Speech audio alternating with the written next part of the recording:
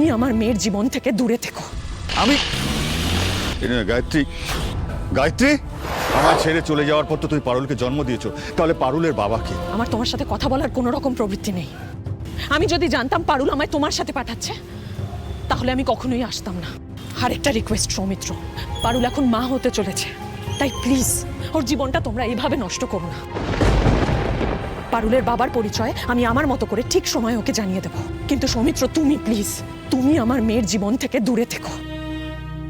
একটা সময় আমিও তো ভালোবাসতাম তোমায়, তাই আমি কোনোভাবেই চাই না আমার মেয়ে তার মায়ের জীবনের এই ট্রমাটিক পাস্টার বিষয়ে জানতে পারুক। আমি তো কিচ্ছু বুঝতে পারছি না, কেন ট্রমাটিক পাস্ট হলো? আমি ননসেন্স দেখে চালাতে পারো না? গায়ত্রী, গায়ত্রী, গায়ত্রী।